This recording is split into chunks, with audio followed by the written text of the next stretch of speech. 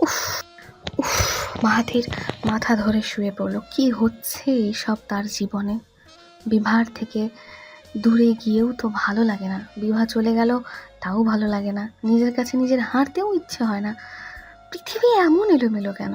সম্পর্ক এত কঠিন কেন? সম্পর্কে ঠিক কিভাবে করে? মানুষের জীবন সুন্দর কিভাবে হয়? সব জায়গায় অশান্তি হলে শান্তি কোথায়? মাহাথির থম ধরে শুয়ে রইল কিছুক্ষণ। পার হলো কিছু মিনিট। কত মিনিট? 15-20 মিনিট তো ভালোভাবেই হবে। মাহাথির উঠে বসলো। ভালো লাগছে না। উঠে চলে গেল বাহিরে। বাহিরে গিয়েই দেখতে পেল বিভা বসা। মাহাথির অবাক হয়ে দেখল কিছুক্ষণ আগের শাড়ি পরে থাকা মিষ্টি মায়ামুখ মুখের বিভা বসে নেই।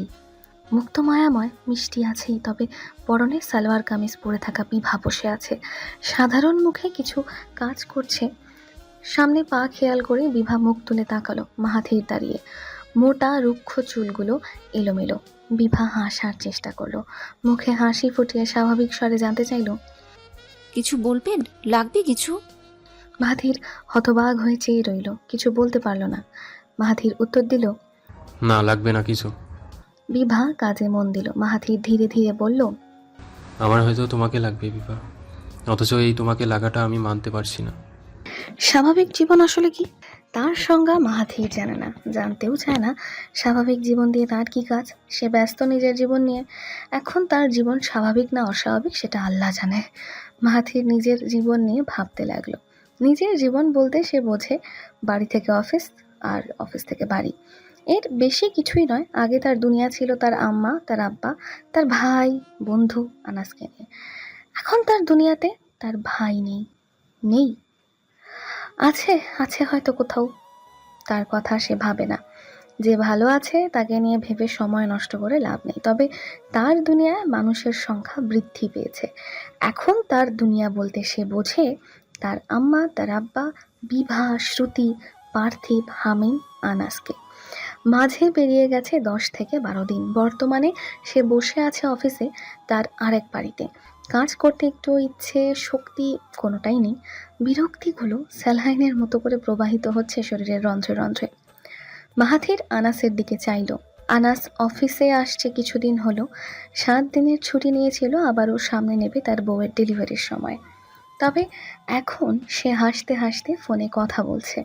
মাহাথির চোখ ঘুরিয়ে নিল। নিশ্চয়ই ভাবির সাথে কথা বলছে। মাহাথির ফের ঘুরে চাইল আনাসের দিকে। সুখী দম্পতি। মাহাথির ভ্রু কুঁচকে আবারও চোখ ফিরিয়ে নিল। এমন একটা মুহূর্ত কি তার আর বিভার মাঝে আসতে পারে না? মস্তিষ্ক থেকে উত্তর এলো, না পারে না, কারণ তুই আসতে দিস না। মাহাথিরের মন মস্তিষ্কের বিরুদ্ধ নিল। মন উত্তর দিল, আমি কই আসতে দিই না? বিভা আসতে দেয় না। ও আমার সাথে ভালোভাবে কথা বলে না, তাই এমন মুহূর্ত আসে না। ও কথা বললে আমি কি না করি? মাহাথির হাঁপ ছাড়ল। তাকিয়ে থাকতে ভালো লাগছে না। গত দিনগুলোতে সে নিজের বিষয়ে একটা গুরুত্বপূর্ণ বিষয় উপলব্ধি করে ফেলেছে, আর তা হলো বিভাকে ছাড়া তার চলে না, একদমই চলে না। বিভা কাছে থাকলে তার ভালো লাগে, কথা বললে ভালো লাগে, ওর দিকে তাকিয়ে হাসলে ভালো লাগে। এই যা, ওসব ভালোবাসা টালোবাসা কিচ্ছু নয়, নয়, আসলেই নয়। মাহাথির গতকালের কথা ভাবল। গতকাল সে আনাসকে নিজের অনুভূতি বলেছে, নিজের অস্বস্তি বলেছে। অফিস থেকে বেরিয়েই মাহাথির অনুরোধ করেছে কোনো নিরিবিলি জায়গায় গিয়ে বসতে। আনাস মাহাথির নীরব কোনো জায়গায় বসতেই মাহাথির গম্ভীর মুখে বলে ওঠে, আমি ভীষণ সিরিয়াস আনাস। আশা করি তুই আমার কথায় মজা নিবি না। এই নিয়ে এক কথা 4বার বলে দিলি, কিন্তু সিরিয়াস কথাটা আর বললি না। কি হয়েছে বলবি প্লিজ? আমি মানসিক রোগী হয়ে গেছি আনাস। আমার কিছু ভালো লাগে না। মানে কি ভালো লাগে না তোর? তুই দেখি আমার বউয়ের মতো কথা বলছিস। কিছু ভালো লাগে না? কিছু ভালো না লাগা মেয়েদের স্বভাব। তোর মধ্যে এলো কিভাবে? মাহাথির গম্ভীর মুখে তাকিয়ে রইল। তার দৃষ্টির অর্থ সে বলেছিল সে সিরিয়াস। তাহলে আনাস মজা করছে কেন? আনাস হাসলো, বলল, বল বল, আমি শুনছি। Continue please. মাহাথির উসখুস করে বলল, আমি মানসিক রোগী হয়ে গেছি। সারাটা দিন বিভার কথা মাথায় করে ওকে নিয়ে চিন্তা করি। এসব কি স্বাভাবিক বল? তুই আমাকে কোনো ডাক্তারের নাম্বার দিতে পারবি? আনাস নিজের মুখ স্বাভাবিক করে বলল, আর কি আর সমস্যা বললাম তো, আমার রোগের নাম বিভা। সারাদিন বিভা সম্পর্কিত কথা ঘুরে মাথায়। বিভা কিছু করে না দিলে সেই জিনিস করি না। বিভা আমাকে আজকে শার্ট আয়রন করে দেয়নি, বলেছিল আমাকে করে নিতে, করিনি আমি। আমি কেমন যেন হয়ে গেছি আনাস। আমি দিনে দিনে বিভা কেন্দ্রিক হয়ে যাচ্ছি। এমনটা কি উচিত হচ্ছে বল? মাথা আমার, অথচ ঘুরে বিভার কথা। কি হচ্ছে এসব? আনাস সুন্দর হেসে তাকিয়ে রইল মাহাথিরের দিকে। মাহাথিরকে তার কাছে ভীষণ অসহায় আর বাচ্চা মনে হলো। রাস্তা খুঁজে না পাওয়া বাচ্চা যেভাবে অস্থির হয়ে কাঁদে, আনাসের মনে হলো তার সামনেও একটা বাচ্চা দাঁড়িয়ে যে নিজের জীবনের রাস্তা খুঁজে পাচ্ছে না। একা একা থাকা মাহাথির সম্পর্কে জড়িয়ে কেমন এলোমেলো হয়ে গেছে। যে মাহাথির নিজের বউকে কষ্ট দিত, এখন সে সেই বউয়ের জন্যই কষ্ট পাচ্ছে। আনাস মাহাথিরের কাঁধে হাত রেখে বলল, তুই মানসিক রোগী না, প্রেমের রোগী হয়ে গেছিস। তোর রোগের ঔষধ ডাক্তার নয়, বিভা। বিভা? জি, ওর কাছে যা। ওর কাছে গিয়ে নিজের সমস্যা বললেই সমাধান পেয়ে যাবি। আমি ওকে এসব বলতে পারবো না আনাস। কেন পারবি না? আমি জানি না। আমাকে যে বলে দিলি। গত 1 সপ্তাহ ধরে তোকে ফোনে বলার ট্রাই করছি, শেষে আজ বললাম। তুই এমন কেন দোস্ত? নিজের অনুভূতি এক্সপ্রেস করতে তোর কিসের এত সংকোচ? তুই কি বুঝতে পারছিস না তুই ভালোবাসিস ওকে? ভালোবাসা এমন? জি, এর থেকেও ভয়ঙ্কর। সবেমাত্র অনুভূতি শুরু হয়েছে। ধীরে ধীরে বুঝবেন ভালোবাসা হলো চোরাবালির মতো, উঠতে গিয়েও পারবেন না, আটকে যাবেন শুধু। মাহাথির অস্থির হয়ে উঠে গেল। মাথার চুল টেনে তাকিয়ে রইল পচা ডোবার দিকে। আনাস বলল, বিভাকে বল, শান্তি পাবি। বিভা হাসবে আমাকে নিয়ে। আনাস অবাক হলো বন্ধুর এমন কথায়। কতটা অসহায় দেখাচ্ছে তার রকচটা দাম্ভিক বন্ধুকে। আনাস মাহাথিরকে বুঝালো। মাহাথির বুঝলো কি না কে জানে, শুধু মাথা নাড়লো হ্যাঁ বোধক। এরপর দুজন চলে গেল নিজেদের গন্তব্যে। মাহাথির নিজের চিন্তা থেকে বের হলো। আনাস তাকে জানিয়েছে সে বিভাকে ভালোবাসে। সে যত তাড়াতাড়ি বিভার সাথে কথা বলবে ততই ভালো। মাহাথির ভেবেছিল সে অতি দ্রুতই বিভার সাথে কথা বলবে, তবে পারেনি, হেরে গেছে। কথা সাজিয়েও সে বিভাকে কিছু বলে উঠতে পারেনি। এখানে অবশ্য বিভারও কৃতিত্ব আছে। মেয়েটা তাকে এড়িয়ে চলছে কিনা জানে না, তবে অনেক কিছুই আগের মতো নেই।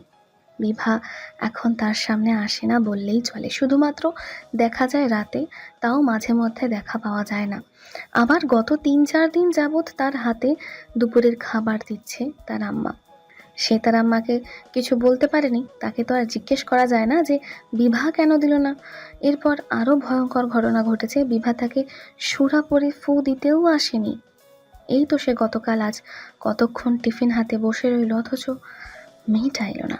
শেষে অফিসের টাইম হয়ে যাওয়ায় বাধ্য হয়ে তাকে বের হতে হলো।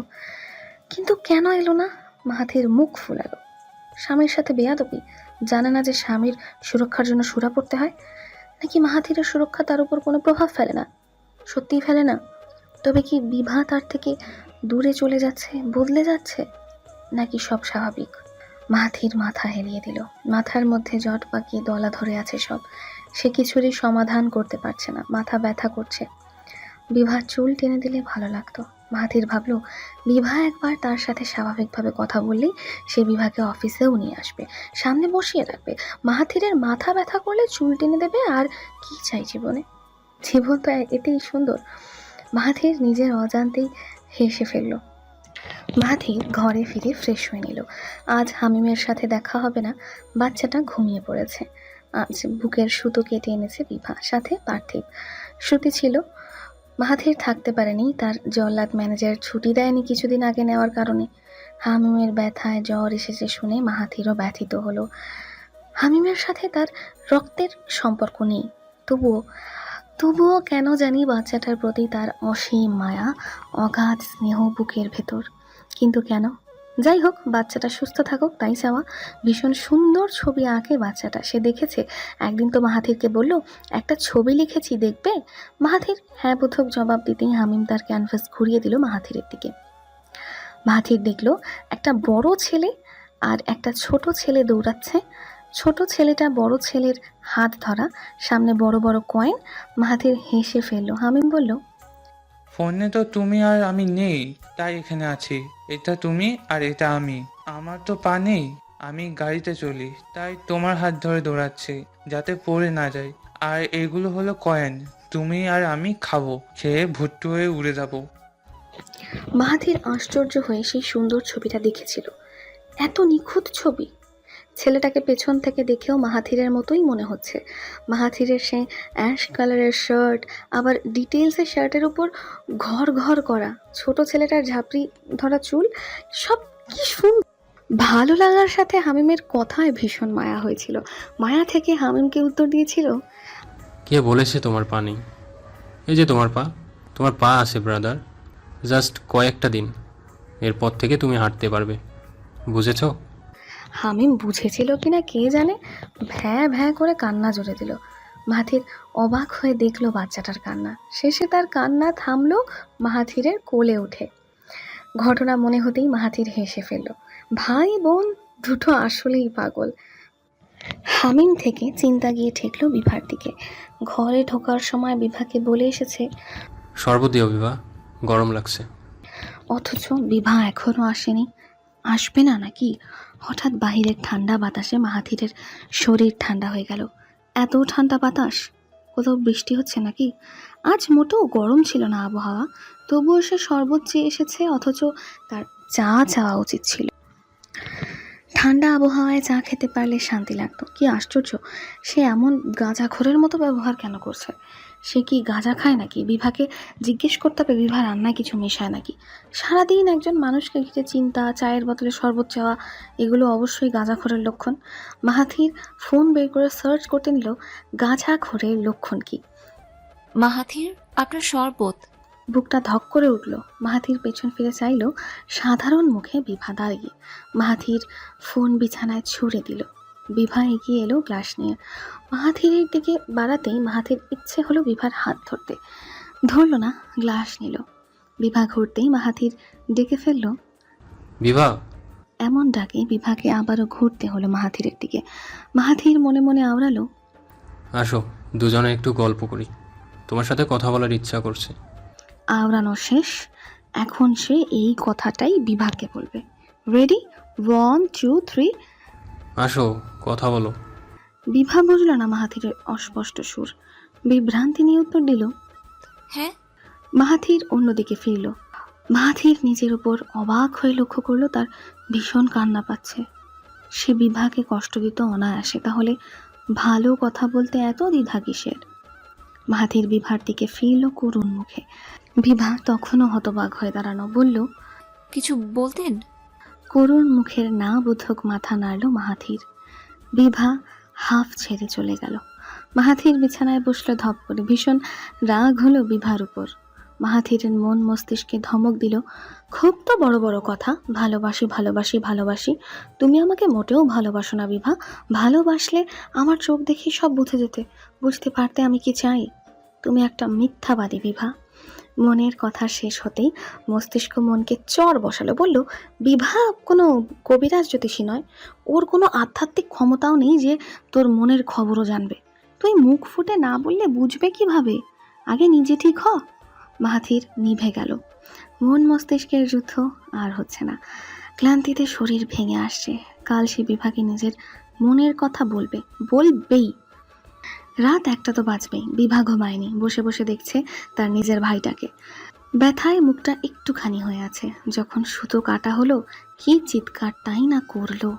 হামিমের চিৎকার শুনে শ্রুতির চোখ দিয়ে টপ টপ করে পানি পড়লো, আর বিভা মনে মনে ছিটকে উঠল। আর কিছুই করার থাকলো না। শ্রুতির কথা ভেবেই মলিন হাসলো। যতই চিৎকার চেঁচামেচি করুক, বোনটা তার ভীষণ নরম মনের। সেই বাদে শ্রুতিকে কেউ বোঝেনি। না, ভুল হলো। পার্থিব শ্রুতিকে বোঝে, আগলে রাখে। ভাবতেই বিভার ভালো লাগলো, শান্তি পেল, আল্লাহর প্রতি কৃতজ্ঞতা বাড়লো। ঘড়ির দিকে চোখ পড়তেই বিভা ভাবলো, এখন ঘরে যাবে নাকি আরেকটু পরে যাবে? মাহাথির ঘুমিয়েছে, আর একটু পরে যাক, মানুষটা ঘুমাক, তাকে দেখলে শুধু শুধু অশান্তি পাবে। কত আর জ্বালাবে, থাকুক না তার মতো।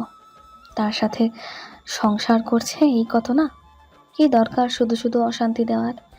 সে থাকুক ভালোভাবে, সুখে শান্তিতে, আর কিছু চাওয়ার নেই জোর করে কখনো ভালোবাসা হয় না, শুধু শুধু তিক্ততা বাড়ে।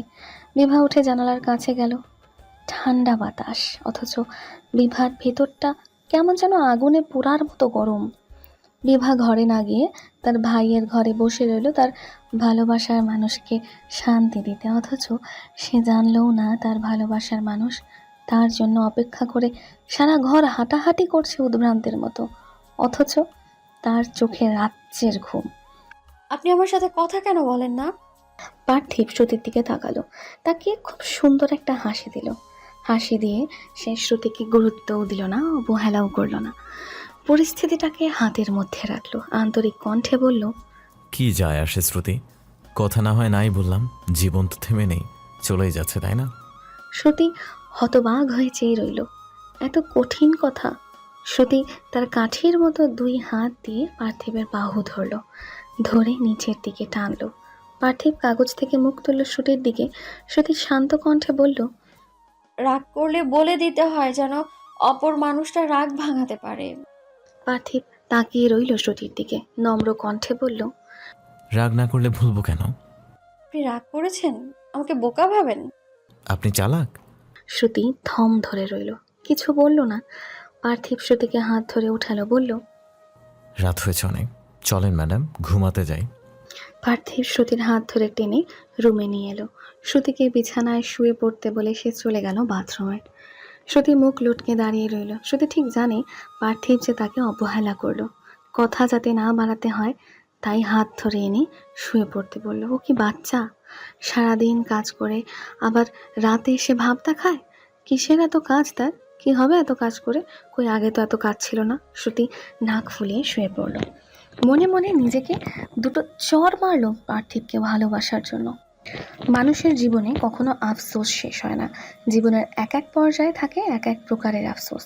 যেমন মাহাথিরের বর্তমান আফসোস হলো সে কেন চাকরি করে। সে যদি ব্যবসা করতো তবে নিজের মতো চলতে পারতো, গাধার মতো প্রতিদিন সকালে উঠে এখানে দৌড়াতে হতো না। চাকরি মানুষ করে না, মানুষ করে না, জানোয়ার করে। আর জানোয়ার হলো মাহাথির। আনাস তো বলেছিলই, কেন যেন বলেছিল, হ্যাঁ, ও বিভার প্রতি করা মাহাথিরের আচরণের জন্য বলেছিল। মাহাথির থমকে গেল। আবার বিভা? মাহাথির বিভার কথা মোটেও ভাববে না, না মানে না।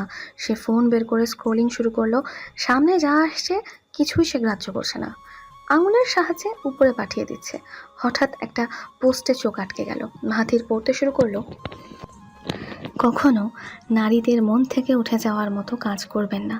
নারীদের মন থেকে উঠে যাওয়ার মতো ভয়ঙ্কর আর কিছুই নেই। যেদিন থেকে আমার স্ত্রী আমার সাথে রাগ করলো না, চিৎকার করলো না, অভিমান করলো না, সেদিনই আমি বুঝে গেলাম আমি আমার স্ত্রীর মন থেকে উঠে গেছি। আমি তাকে হারিয়ে ফেলেছি, সে আর আমার নেই। মাহাথির কিছুক্ষণ ভ্রু কুচকে চেয়ে রইল পোস্টের দিকে। কি আজে বাজে লেখা এই পোস্টে? রাগ না করলে, চিৎকার না করলে, অভিমান না করলে মন থেকে উঠা হয়ে যায়। এর মানে বিভা তাকে মন থেকে উঠিয়ে দিয়েছে। মাহাথিরের ভ্রুজোড়া আরও কুচকে গেল, মুখ থেকে খারাপ কথা বের হলো। বাল আমার। সেই পোস্টের নিচে মন্তব্য লিখতে শুরু করল, এমন আলতু ফালতু কথা কই পান? বউরা চুপ থাকতে পারে না? চুপ থাকা মানেই দূরে যাওয়া না। আমার বউ জন্মগত শান্ত। নেক্সট টাইম আজে বাজে কথা বলে রিপোর্ট মেরে পেজ উড়িয়ে দেবো। যত সব ফাউল কথাবার্তা। মাহাথিরকে দিয়ে এমন বাচ্চামো আশা করা যায় না, অথচ সে করে ফেললো। রাগের মাথাতে এমন ধরনের বাচ্চামো তার দ্বারা হয়ে গেল। মাহাথির বিরক্তিতে ফোন ফেলে টাইপিং করতে শুরু করলো। আজে বাজে কথা শোনার থেকে কাজ করা ভালো। মাহাথির বাড়ি ফিরল এক আকাশ সমান ক্লান্তি নিয়ে। ক্লান্তিতে হাত পা ভেঙে আসছে। দরজা খুলল তার আম্মা। মাহাথির তার আম্মাকে দেখে চোখে হাসলো। ঘরে ঢুকে দেখতে পেল খাটে বিভা বসা, কাজ করছে, জামা কাপড় ভাঁজ করছে। দেখতে কি ভালো লাগছে। চুলগুলো এলোমেলো, শ্যাম্পু করেছে, নয়তো এত ছড়িয়ে আছে কেন? বিভা চোখ তুলে তাকিয়ে নামিয়ে ফেলল। মাহাথির সরাসরি বাথরুমে ঢুকে গেল। আগে পরিষ্কার পরিচ্ছন্ন হওয়া প্রয়োজন। মাহাথির বের হয়ে দেখল ঘরে বিভা নেই। হাফ ছেড়ে গামছা দিয়ে গলা মুছতে মুছতে আলমারির দিকে গেল। টি শার্ট পরা উচিত। আলমারির দরজা খুলে হঠাৎ কপালে ভাঁজ পড়ল। বিছানায় তাকালো না, বিছানার কোথাওই নেই। তাহলে মাহাথির আলমারির আর এক দরজা খুলল। জামা কাপড় কোথায়? তার জামা কাপড় তো ঠিকই আছে, বিভার কোনো জামা কাপড় নেই কেন?